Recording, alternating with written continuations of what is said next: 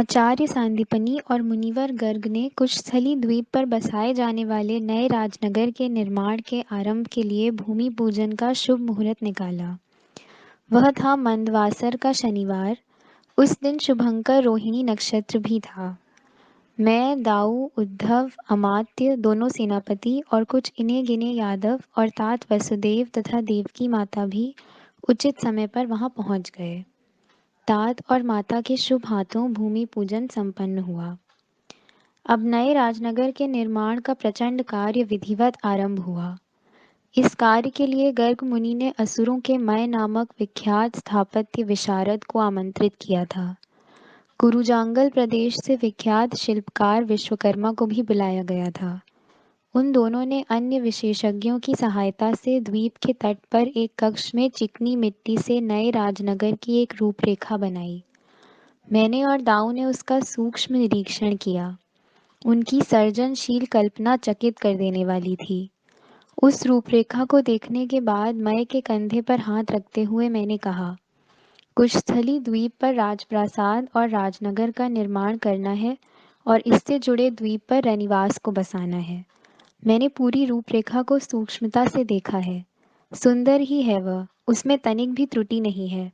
मुख्यतः मैं यह देखना चाहता हूँ कि तुम मेरे प्रासाद को कैसे बनाते हो।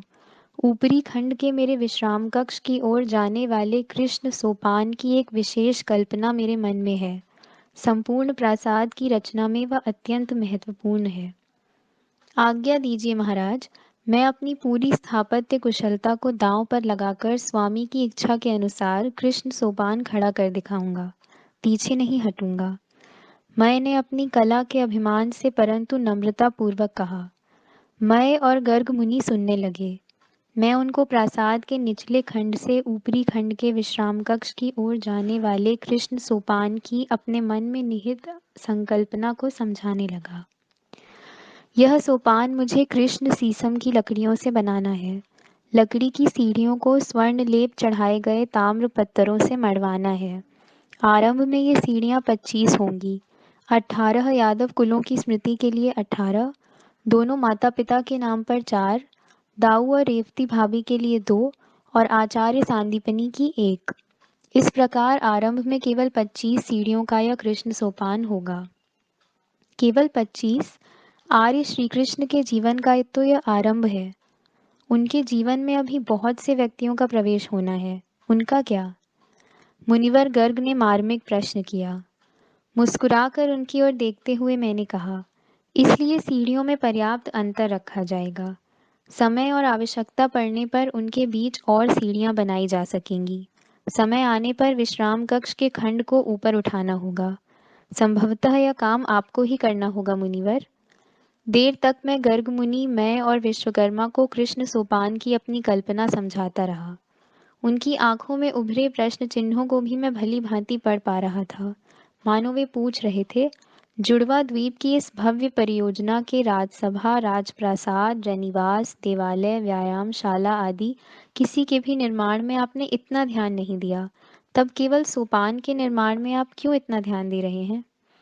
वे कुछ अधिक पूछें इससे पहले ही मैंने कहा, मैं और दाऊ अब मथुरा से यहाँ निरंतर आते रहेंगे। सभी आवश्यक सामग्री भिजवाते रहेंगे। अब होने दो आरंभ इस विशाल निर्माण कार्य का। हमारे राजदूतों द्वारा ब्रह्मावर्त के चारों ओर से भेजे गए लोहकार, काष्ठकार, ताम्रकार, स्वर्णकार आदि सहस्त्रों शिल्पी कारीगर कुशस्थली पर जमा हो गए। इस द्वीप की पर्याप्त भूमि कुश नामक तृण के घने तृण क्षेत्रों से व्याप्त थी। पहले इन तृण क्षेत्रों को साफ करते हुए उसे समतल बनाना पड़ा।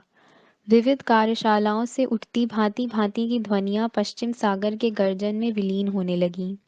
काश्तकारों की कर्मशाला में सागौन, शीशम, कटहल, ऐन, खैर, कीकर जैसे ऊंचे ऊंचे वृक्ष आरियों से कटने लगे। गहरे पीले, काले, श्वेत वलयांकित लकड़ियों के कुंदों के ढेर बनाए जाने लगे।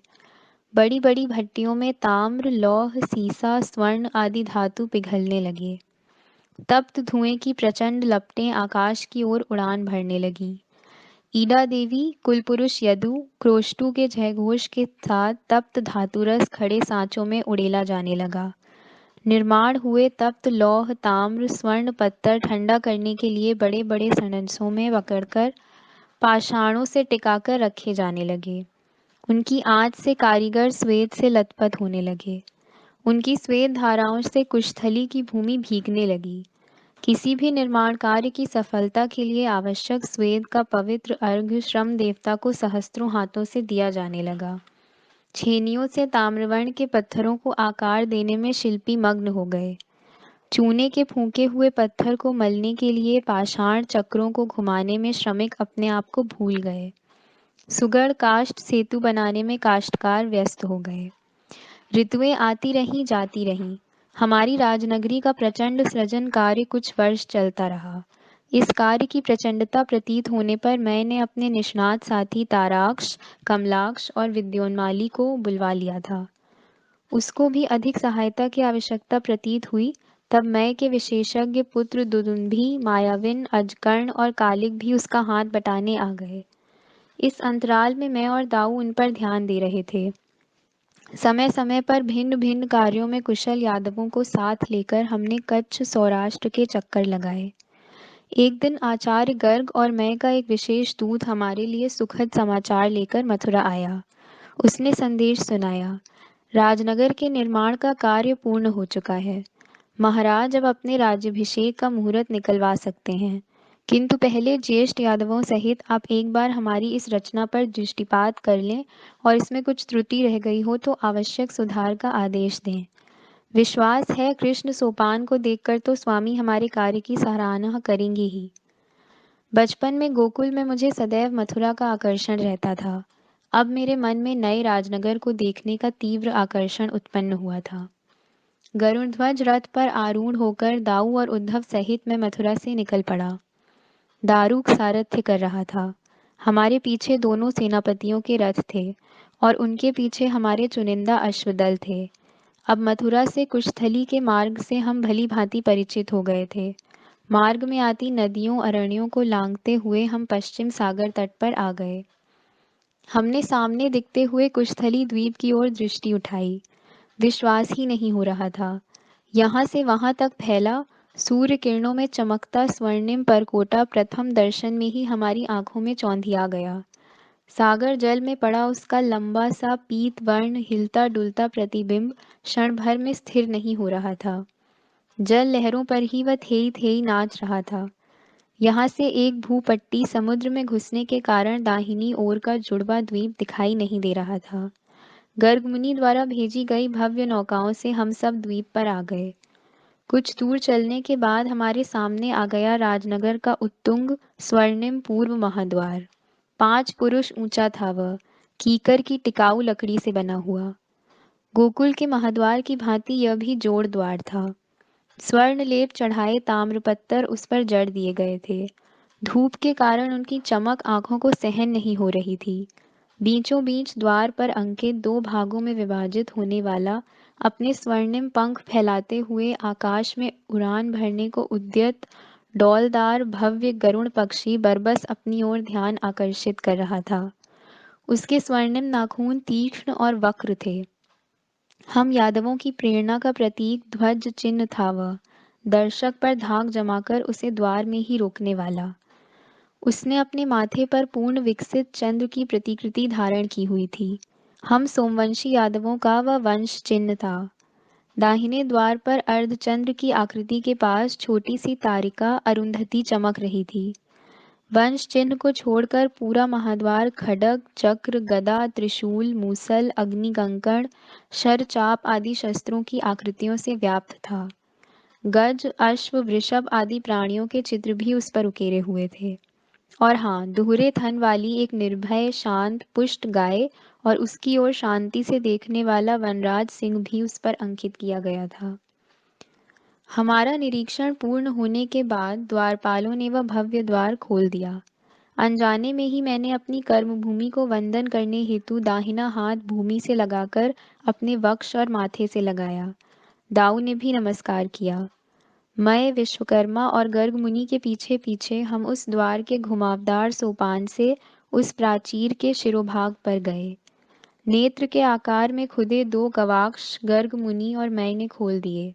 क्रमशः दोनों ने कहा, हमारे इस राजनगर को केवल इसी दिशा, पूर्व दिशा से ही आक्रमण का भय है।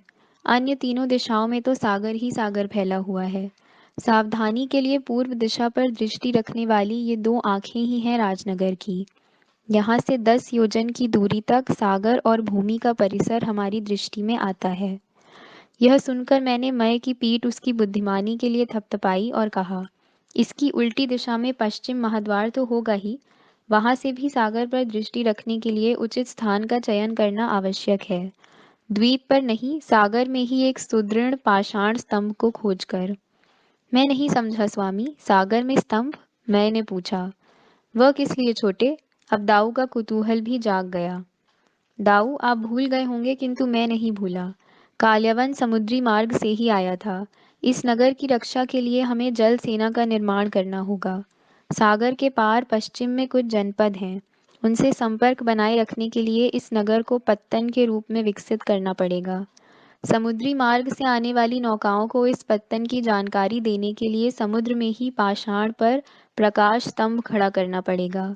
सूर्यास्त के पश्चात पूरी रात उस स्तंभ पर पुरुष भर ऊंचे पलीते को प्रज्वलित रखने की सावधानी भी बरतनी पड़ेगी। दिन में तो उसका स्वर्ण कलश दूर से भी सूर्य किरणों में दमकता दिखाई देगा।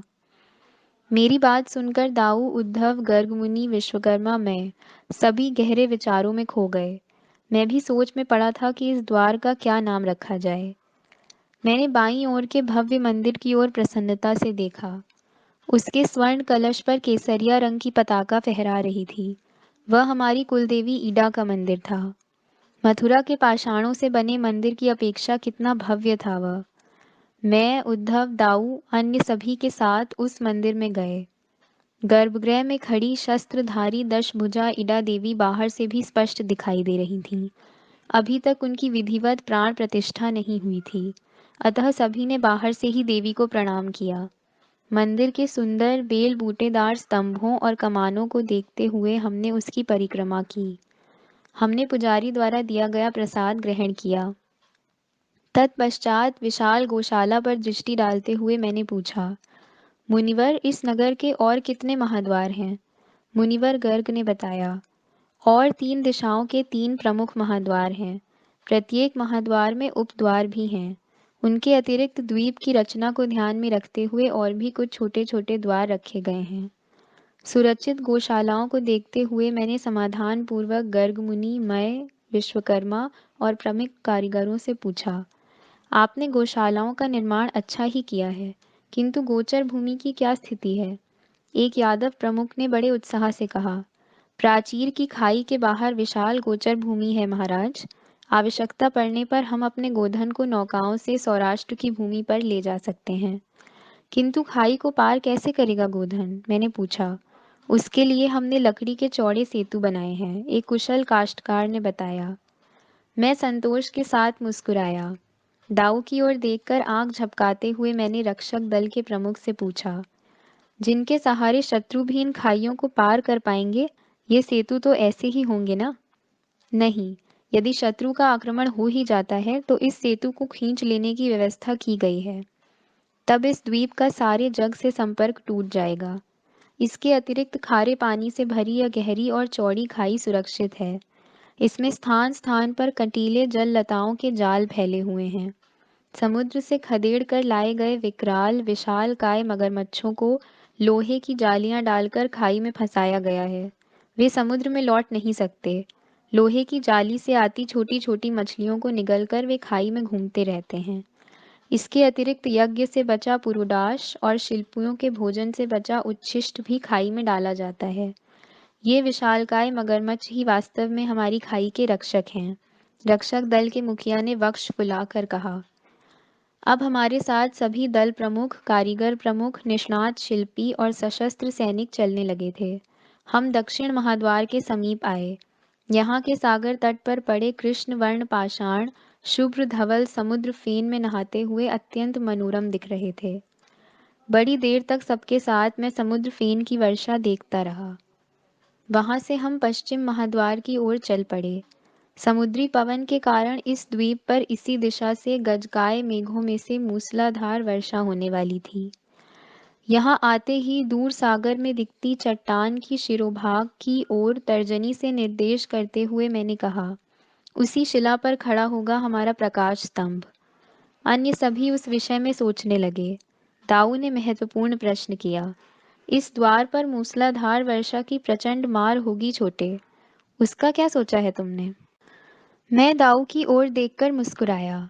अमात्य विपृथु के कंधे पर हाथ रखकर उत्तर द्वार की ओर चलते हुए मैंने कहा, अमात्य, सूखे कुश के ढेर पड़े हैं द्वीप पर, उनके टट्टर बना लीजिए। पश्चिम द्वार के स्वर्ण गरुण के पंखों को उचित समय पर ही आच्छादित कर दीजिए। अब हम अंतिम द्वार उत्तर द्वार के निकट आ गए थे। इसी द्वार से रनिवास के द्वीप का मुख्य द्वीप से संपर्क रहने वाला था। उस द्वार से दिखने वाले सागर की ओर देखते हुए मैं देर तक आत्मलीन हो गया। मैंने दाऊ से कहा, इसी दिशा में कहीं दूर, कुरुक्षेत्र के भी उस पार, अत्युच्च गगन स्पर्शी हिम पर्वत है, हिमालय। योगी श्रेष्ठ शिव का निवास स्थान कैलाश उसी पर है। छोटे, तुम्हें स्मरण है, बचपन में हमने यमुना तट पर रेती की शिव पिंडी बनाई थी। हाँ दाऊ, हमने अपने गोप सखाओं सहित उस शिव पिंडी पर लोटे भर भर कर दुग्धाभिषेक भी किया था। चलते चलते मैं रुक गया। यहाँ भी चमकते स्वर्ण कलश से संपन्न शिवालय था। गोकुल के हमारे आभीरभानु वंशीय गोपालों का दैवत था शिव। मथुरा में हम यादवों की कुल देवी थी ईडा देवी। मेधावी गर्ग मुनि ने उन दोनों की इस नगरी में स्थापना की थी। मेरे मन के पश्चिम द्वार पर किसी अज्ञात पर्जन्य की धाराएं बरसने लगी। सुदर्शन के मंत्रों की गूंज भी झलक उठी। दाऊ, उद्धव, अमात्य, गर्ग मुनि आदि से मैं धड़ाधड़ कहता गया। सागर पर दृष्टि रखने वाले हमारे पूर्व महाद्वार का नाम होगा शुद्धाक्ष। समुद्र फेन में नहाते पाषाणों को देखने वाले दक्षिण महाद्वार का नाम होगा पुष्पदंत। पर्जन्य की प्रबल मार सहने वाले पश्चिम महाद्वार का नाम होगा ऐंद्र। शिव का स्मरण दिलाने वाले इस उत्तर महाद्वार का नाम होगा भल्लात। मेरे आसपास के यादव गण सुन रहे थे और मैं कह रहा था, द्वीप के केंद्र में स्थित अन्य राजभवनों के मध्य विराजित स्वर्ण कलश से सुशोभित हमारी इस राज्यसभा जैसी राजसभा आर्यावर्त के अन्य किसी भी महाजनपद में नहीं है। उसके कलश के ध्वजदंड पर यादवों की 5 हाथ लंबी गरुड़ चिन्हांकित राज ध्वजा फहरा रही है। स्वर्ण जड़ित किनारी वाली केसरिया रंग की चमचमाती ध्वजा दूर से भी स्पष्ट दिखाई पड़ रही है। इस राजसभा का नाम होगा सुधर्मा। सत्य, शिव, सुंदर और धर्म की संरक्षिका सुधर्मा। हमारी इस राजनगरी के लिए सुयोग्य नाम अभी मुझे सूझ नहीं रहा है, किंतु शीघ्र ही सूझेगा। राजसभा में उचित समय पर मैं उसे घोषित करूंगा। चलिए वहीं चलते हैं। उत्तर द्वार से निकलते हुए राजमार्ग से हम राजसभा की ओर पैदल ही चल पड़े। मार्ग में स्थान स्थान पर जल तुषारों का नृत्य करने वाले फुहारे दिखाई दे रहे थे। मार्ग के दोनों ओर भांति भांति के वृक्षों का सुरक्षित रोपण किया गया था। उनके पीछे ऊंची ऊंची वेदिकाओं पर विविध वस्तुओं की सुयोजित पर्ण्य वीथियां लगी हुई थीं और बाढ़ रक्षित उद्यान थे। 2 उद्यानों के बीच के रिक्त स्थानों में कहीं शस्त्रागार, कहीं कोषागार, कहीं अश्वशाला, गजशाला तो कहीं उष्ट्रशाला थी। यह सब निहारते हुए मैंने मय से पूछा, यहाँ व्यायाम के अभ्यास का क्या प्रबंध है? दाऊ ने भी अपनी रुचि का प्रश्न किया। यहाँ की व्यायामशालाएं कहाँ हैं? हाथियों की टक्कर के क्रीड़ांगन कहाँ हैं? यादव सैनिकों की अश्व स्पर्धा के क्रीड़ांगन कहाँ हैं? उनका समाधान करते हुए गर्ग मुनि ने उत्तर दिया, उनका प्रबंध 2 राजमार्गों के बीच विशाल खुली भूमि पर स्थान स्थान पर किया गया है। एक क्रीड़ांगन तो सांडों की लड़ाई के लिए भी आरक्षित रखा गया है। पश्चिम की ओर तो कुकुट्टों की लड़ाई के लिए एक विशिष्ट क्षेत्र रखा गया है। एक उत्साही लोहकार यादव ने जानकारी दी। हम राजसभा के पूर्वाभिमुख द्वार के समीप आ गए।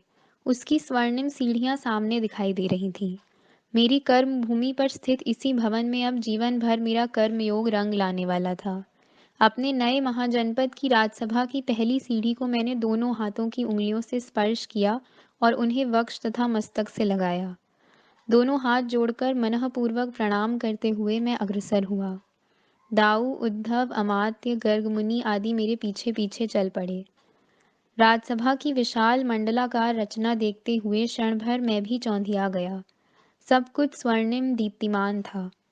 आगे पश्चिम दिशा में हमारा वही डौलदार राजचिन्ह था, दमकते पूर्ण चंद्र को माथे पर धारण किए, पंख फैलाए उड़ान भरते भव्य स्वर्ण गरुड़ का।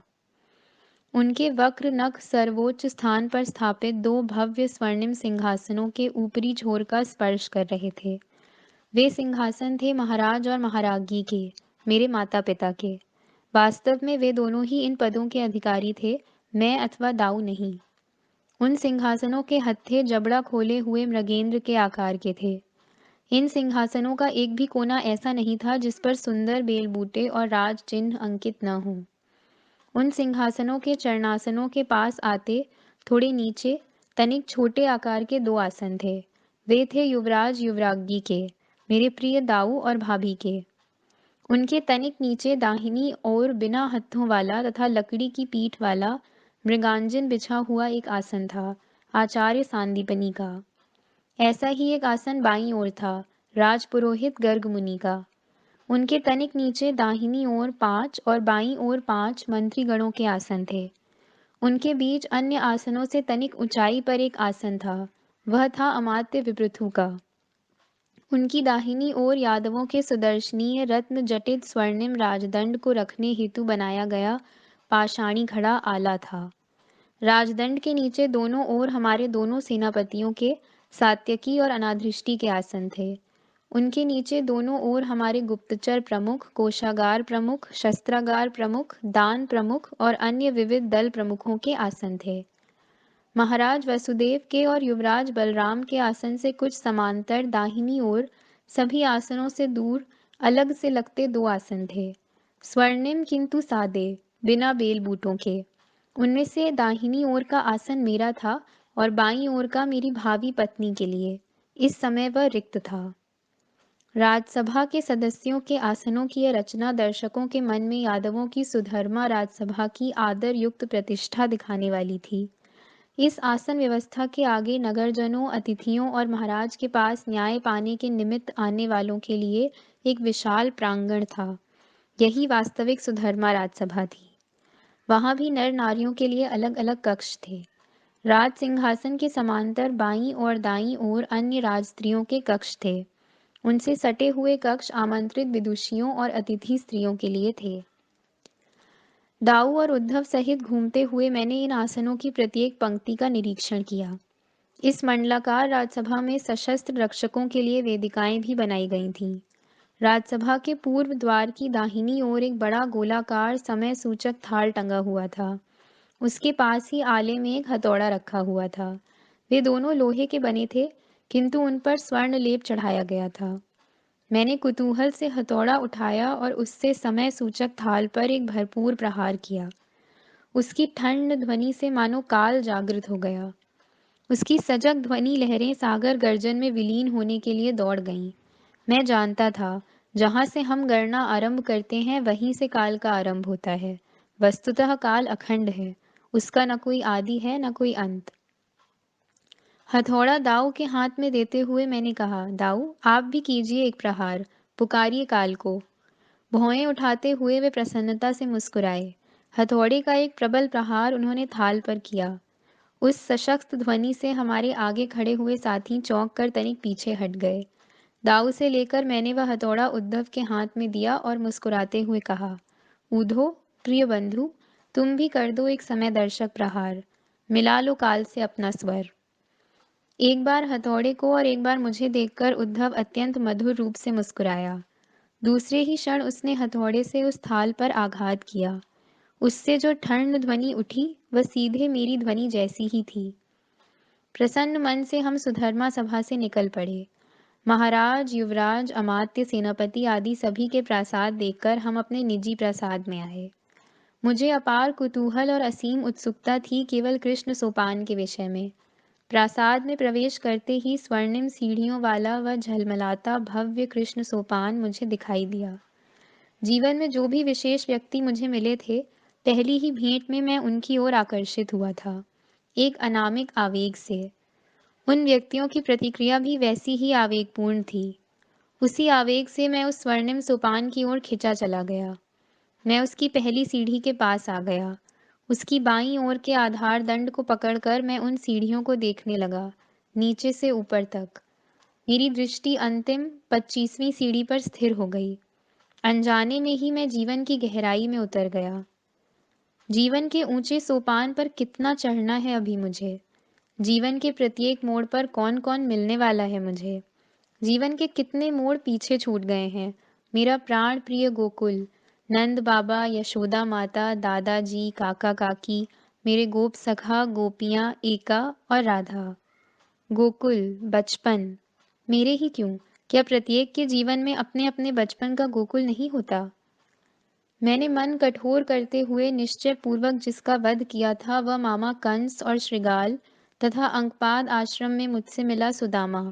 ये तो मेरे जीवन सोपान की झलकियां हैं।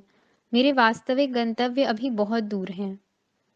जीवन सोपान के पहले ही दर्शन में पहली सीढ़ी पर पांव रखते हुए मेरे सुदर्शनधारी मन ने अपने आप से कहा, ओम हिरण्मयेन पात्रेण सत्य धर्माय दृष्टये।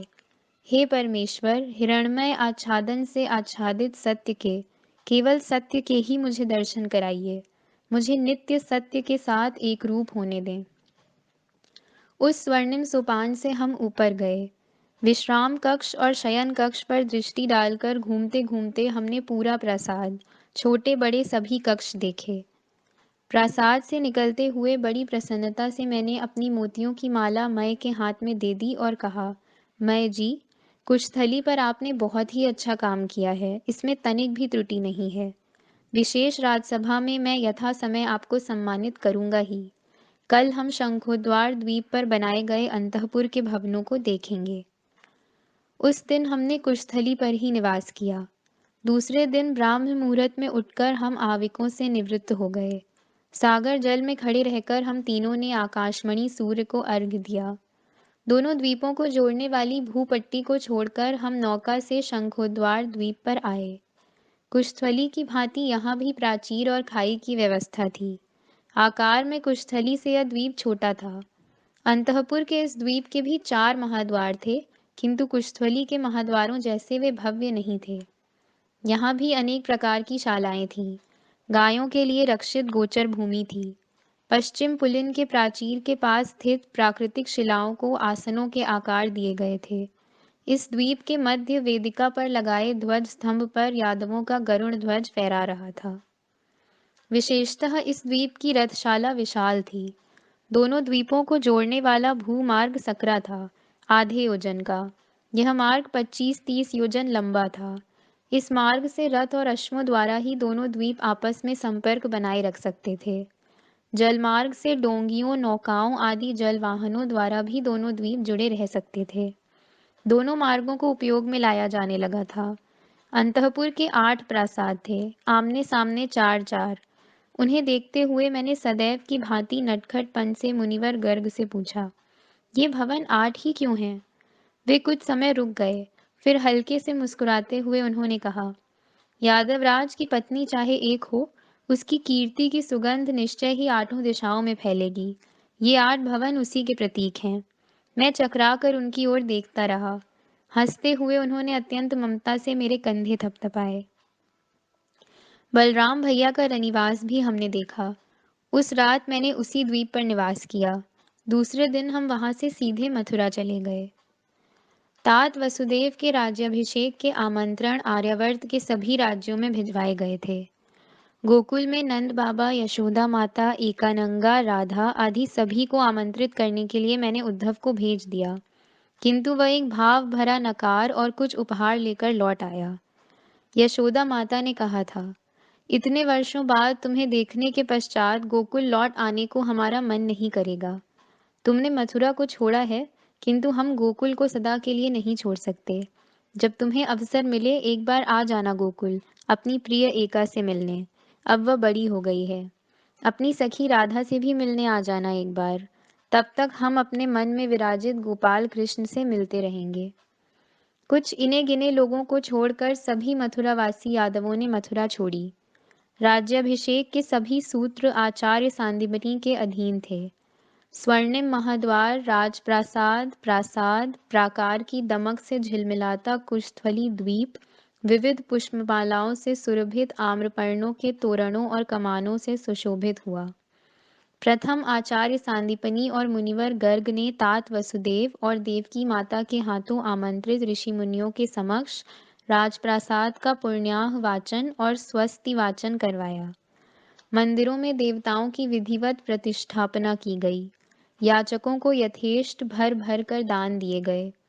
नए वस्त्र अलंकारों से सजे उपहारों के थाल लिए नर नारी नगरवासियों की भीड़ राजसभा में जमा होने लगी।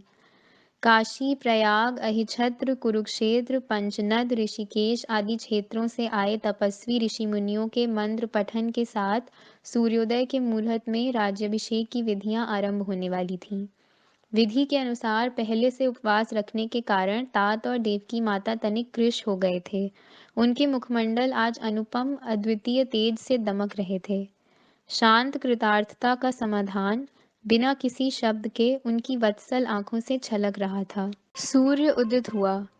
उसकी प्रथम किरणों ने यादव श्रेष्ठ वसुदेव महाराज और महारागी देवकी के चरण स्पर्श किए।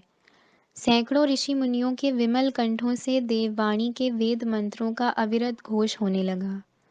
5 पुरोहितों ने आर्यावर्त की गंगा, सिंधु, यमुना, नर्मदा, कावेरी आदि पावन नदियों के जल का तात और माता के मस्तक पर अभिषेक किया। पीछे पीछे पवित्र दुग्ध, मधु, सुवर्ण जल, कमल जल, चंदन जल का अभिषेक किया गया। तत्पश्चात अभिषेक समाप्ति के रूप में सप्त सरिताओं के जल से अभिषेक किया गया। तात और माता ने झिलमिलाते राजवस्त्र और आभूषण धारण किए। मेरे प्रिय दाऊ का युवराज के नाते और रेवती भाभी का युवराती के नाते इसी प्रकार का अभिषेक विधि विधान से किया गया। उन दोनों ने भी राजवस्त्र और अलंकार धारण किए। मैंने भी उद्धव और अन्य सभी भ्राताओं सहित अभ्यंग स्नान आदि आवश्यक विधियां संपन्न की। नित्य की भांति पीतांबर धारण किया। नील दुकूल में मैंने अपने प्रिय पांचजन्य को खोस लिया। मस्तक पर मोरपंख से मंडित स्वर्ण मुकुट धारण किया। कौस्तुभ मणि युक्त मौक्तिक मालाओं पर मैं वैजयंती माला धारण करना नहीं भूला। मैंने अपने वक्ष पर स्वर्ण लेप चढ़ाया, लौह कवच धारण किया। कंधे पर अजितंजय धनुष लटकाया। कटी में नंदक खड़ग को कस लिया और कौमोदकी गदा को उठाया। फिर उद्धव ने एक उत्फुल्ल काशाय रंग का कमल मेरे हाथ में दिया। आचार्य सांदीपनि और गर्ग मुनि का बताया हुआ शुभ मुहूर्त जब निकट आया, तात के राजप्रासाद से हम सुधर्मा राजसभा की ओर निकल पड़े। स्वर्णिम राजदंड हाथ में लिए अमात्य विप्रथु सबसे आगे चल रहे थे। उनके पीछे आचार्य सांदीपनि, गर्ग मुनि और अन्य ऋषि मुनि थे। उनके पीछे थे यादवों की विशिष्ट पगड़ी धारण किए तात वसुदेव और देवकी माता। उनके पीछे रोहिणी माता सहित युवराज बलराम भैया और युवरागी रेवती भाभी चल रही थीं। उनके पीछे मैं था और मेरी दाईं ओर उद्धव और उसके भ्राता चित्रकेतु, बृहदबल और अन्य ककेरे, मौसेरे, ममेरे भ्राता थे। मेरी बाईं ओर थे सात्यकी, अनादृष्टि, अक्रूर, सत्राजित, विक्रद्रु आदि मंत्री परिषद के प्रमुख सदस्य। सुधर्मा सभा के पूर्व द्वार से हमने अंदर प्रवेश किया। नगाड़े, दुंदुभी, तुरही, ढोल, मृदंग आदि वाद्यों का सम्मिश्र तुमुल घोष हुआ। असंख्य यादव और विविध राज्यों के आमंत्रित सुहृद अभ्यागतों से राजसभा ऐसी खचाखच भरी हुई थी कि तिल धरने की भी जगह नहीं थी। राज्याभिषेक के प्रमुख 5 पुरोहितों ने भावी महाराज महारागी का स्वागत किया। सजी संवरी 7 यादव सुहागिनों ने उनके भाल पर कुमकुम तिलक लगाया। माथे पर अक्षत डाले गए। स्वर्णिम नीराजनों से उनकी आरती उतारी गई। 5 पुरोहितों ने रामेटा वनस्पति की छाल से बंधे पैरों वाले, लाल शिरोभाग वाले, चोंच खोलकर कंठ भाग फुलाते 5 पुष्ट वन कुक्कुट दोनों पर से उतारकर दोनों ओर फेंक दिए। उनकी बोली और पंखों की फड़फड़ाहट यादव सैनिकों की भीड़ में लुप्त हो गई। पुरोहितों ने स्वर्णिम आचमनी से महाराज और महारागी की हथेली पर दधी रख दिया। स्वर्ण पुष्प उन पर बरसाए गए। उनके स्वागत में चलने हेतु उनके आगे आगे लाल रंग का लंबा पावड़ा बिछाया गया। वहां इकट्ठा हुए असंख्य यादवों द्वारा मेरे प्राण प्रिय तात और माता पर अंजलि भर भर कर भांति भांति के पुष्प बरसाए गए।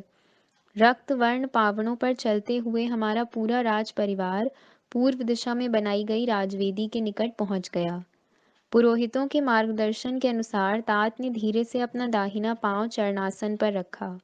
सिंहासन को पद स्पर्श न हो सके, इस सावधानी के साथ तात अर्धवीरासन में सिंहासनस्थ हो गए। देवकी माता ने भी उनका अनुसरण किया। राजसभा का कोना कोना अविरत करतल ध्वनियों से गूंज उठा। राज्याभिषेक की मुहूर्त में अब कुछ पल ही शेष रहे थे। पुरोहितों के प्रमुख ने तात के मस्तक से मरोड़दार पगड़ी उतारकर समीप खड़े सेवक के हाथों के थाल में रख दी। अब मुख्य अभिषेक आरंभ हुआ, स्वर्ण मुद्राओं से। पुरोहितों का स्पष्ट मंत्रोच्चारण आरंभ हुआ। राजधर्म का यथोचित गुणगान करने वाली वेदों की ऋचाओं का अखंड प्रवाह उनके मुख से प्रपात की भांति बहने लगा। मंत्रघोष के साथ तात और देवकी माता के मस्तक पर स्वर्ण मुद्राओं का अखंड अभिषेक होने लगा। गोलाकार स्वर्ण मुद्राएं राजवेदी की स्वर्णिम सीढ़ियों से लुढ़कती सभागृह में आसनों पर बैठे श्रेष्ठ जनों के चरणों में गिरने लगीं।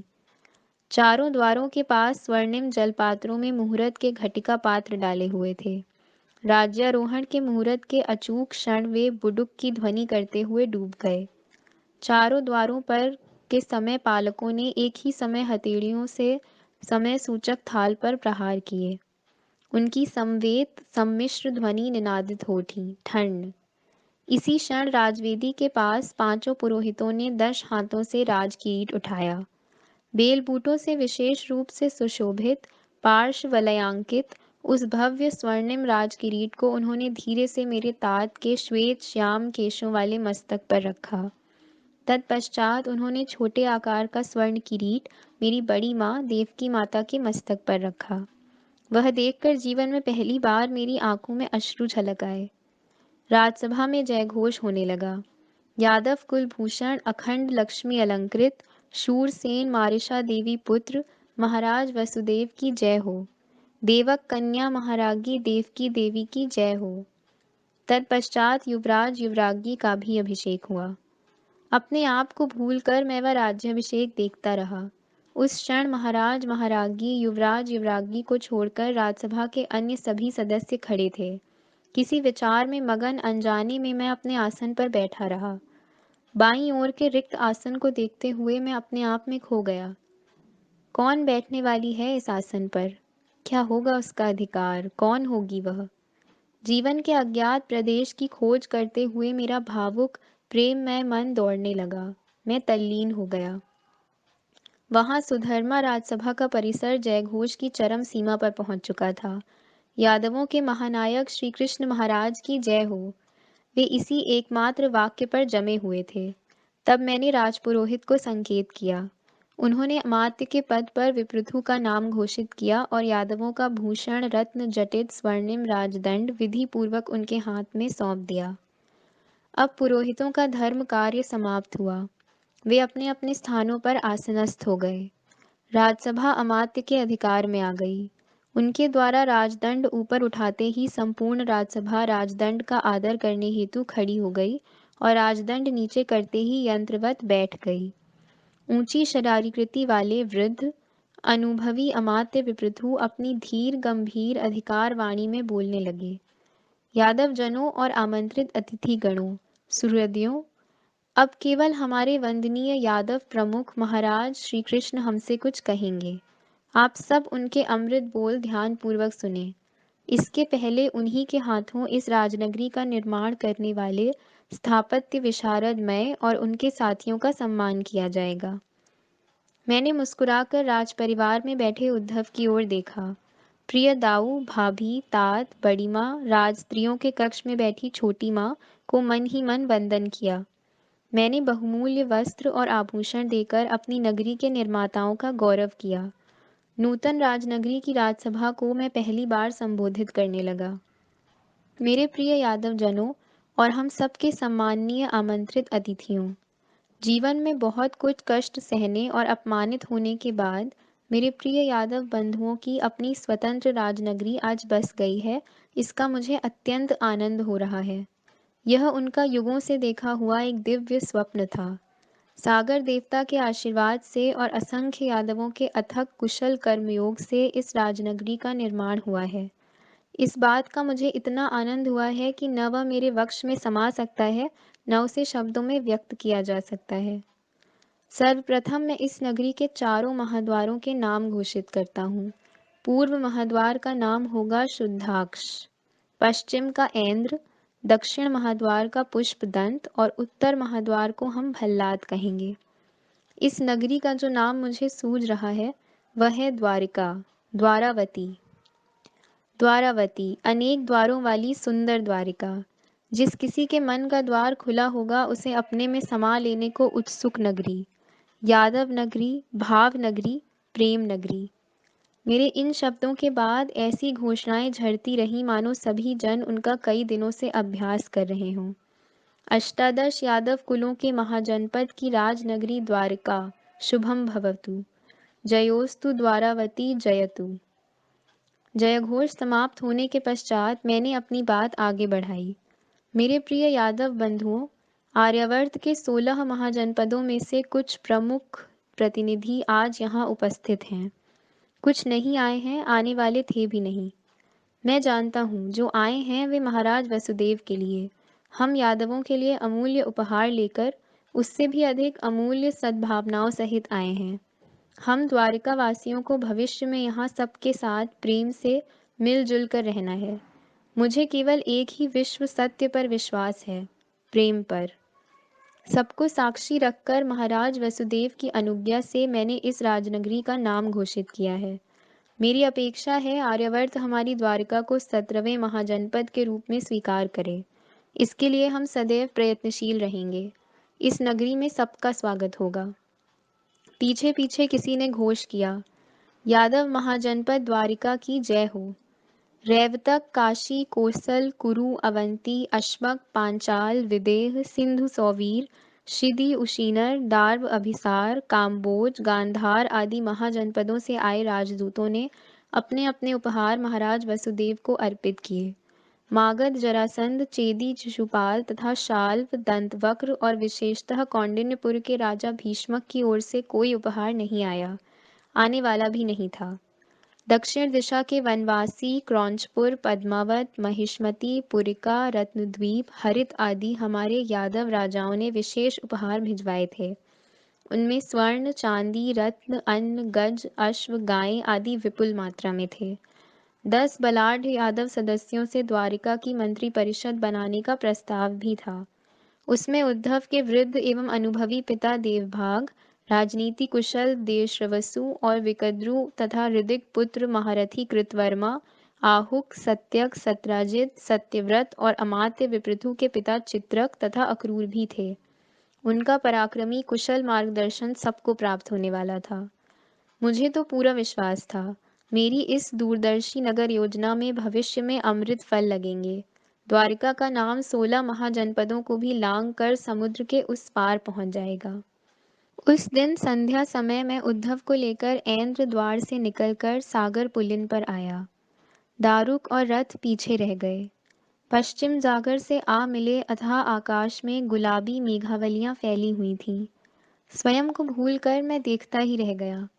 उद्धव ने पूछा, क्या देख रहे हैं भैया आप रंगीन आकाश में? उसकी ओर देखते हुए मैंने मुस्कुरा कर कहा, आकाश का रंग आज तुम्हारे ही जैसा दिख रहा है उद्धव। वह भी कुछ कम नहीं था। मुझसे गूढ़ोक्ति में बात करने में उसे बड़ा आनंद आता था। मेरी बात को उसने दूसरी ओर मोड़ दिया। हम जैसे बावरे उन मेघों की पीछे की शाश्वत नीलिमा को देखने के लिए सदैव उत्सुक रहते हैं। वह किस ओर जा रहा है या मैंने पहचान लिया, किंतु मैं जानकर भी अनजान बना रहा। मैंने समुद्र तट पर दिखते धीवर प्रमुख को पुकारा। वह अपने साथियों सहित समुद्र से लाई मछलियों से भरे बांस के टोकरे तट पर उतारने में मग्न था। हाथ जोड़कर नम्रता पूर्वक मेरे समीप आते हुए उसने कहा, आज्ञा महाराज। मैंने मुस्कुराते हुए उससे पूछा, क्या आप फिर अपनी डोगियां सागर में डालेंगे? सागर की गहराई में उतरकर मोतीयुक्त सीपियां निकाल लाएंगे? जैसी आपकी इच्छा यादवराज। उसने कोई भी बहाना नहीं बनाया। उसके साथ वहां इकट्ठा हुए अन्य धीवर भी मुझसे प्रेम पूर्वक वंदन करते हुए बड़े उत्साह से सागर में उतरने को तैयार हो गए। 10-20 डोंगियां पुनः सागर में घुस गईं। उन साहसी धीवरों ने सूर्यास्त होने से पहले ही बहुत सी सीपियां इकट्ठी कर उन्हें स्वच्छ धोकर सीपियों से भरी टोकरियां मेरे आगे रख दी। मैंने उन्हें वे टोकरियां राजप्रासाद में भेज देने के लिए कह दिया। सागर तट से लौटते समय उद्धव ने एक महत्वपूर्ण प्रश्न किया। भैया, तात वसुदेव का राज्याभिषेक खूब धूमधाम से संपन्न हुआ। उसमें किसी को कोई त्रुटि प्रतीत नहीं हुई, किंतु मुझे हुई है भैया। अपने बाईं ओर के रिक्त आसन को कब भरेंगे आप? कौन होगी हमारी आदरणीय भाग्यशालिनी भाभी?